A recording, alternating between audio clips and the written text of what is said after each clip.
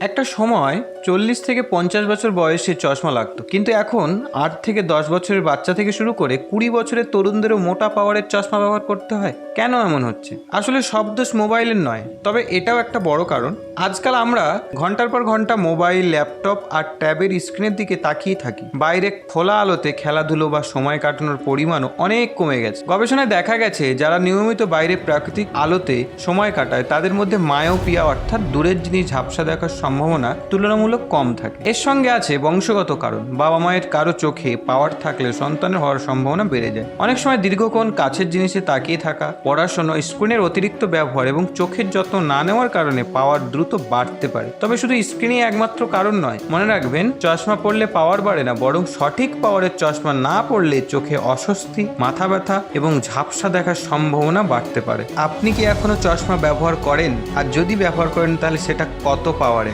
এছাড়া আপনার মতে আজকাল ছোট বয়সে চোখের পাওয়ার বাড়ার সবচেয়ে বড় কারণ কি? অবশ্যই কমেন্ট করবেন।